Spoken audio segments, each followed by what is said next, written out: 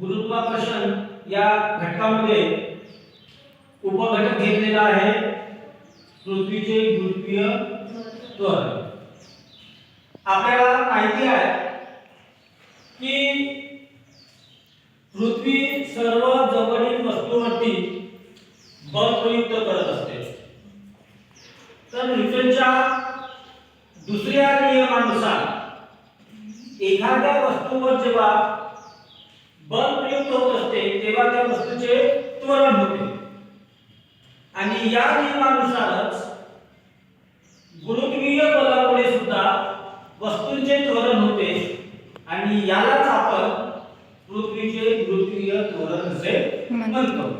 कशाला म्हणतो आपण पृथ्वीचे गुरुत्वीय त्वरण?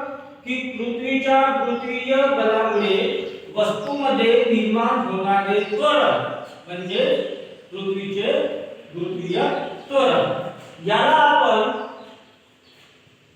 पृथ्वीचे गुरुत्वीय त्वरण याला आपण स्मॉल g या अक्षराने संबोधत असतो। तर पृथ्वीच्या गुरुत्वीय त्वरणाची दिशा ही पृथ्वीच्या केंद्राकडे असते, म्हणजे कशी असते? क्षितिज लंब। दिशा कोणाकडे असते? क्षितिज लंब।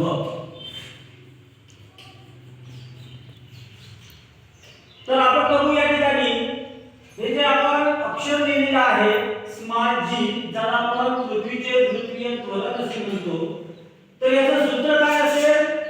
सूत्र आहे स्मॉल g बरोबर कॅपिटल M gn भागिले r स्क्वेअर, ज्याला आपण मराठीमध्ये वर्ग म्हणतो, टू नाही वर्ग म्हणतो। तर याचे मूल्य किती असेल? तर गुरुत्वीय त्वरणाचे मूल्य आहे 9.8। जर आपण याचा एककाचा जर विचार केला तर एकक आहे याचं मीटर पर सेकंड स्क्वेअर। ठीक आहे।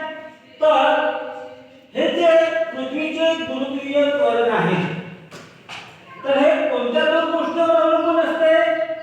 एक तर पृथ्वीचे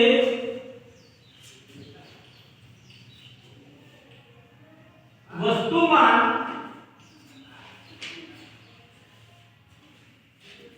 आणि त्रिज्या।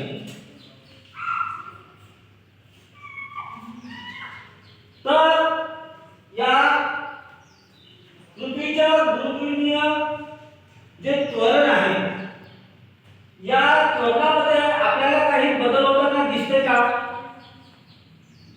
तर या ठिकाणी आपल्याला तीन ठिकाणी बदल होताना दिसते। एक म्हणजे पृथ्वीच्या पृष्ठभागावर, त्यानुसार त्याच्या उंचीनुसार आणि त्याच्या खोलीनुसार। जर आपण g च्या मूल्यामध्ये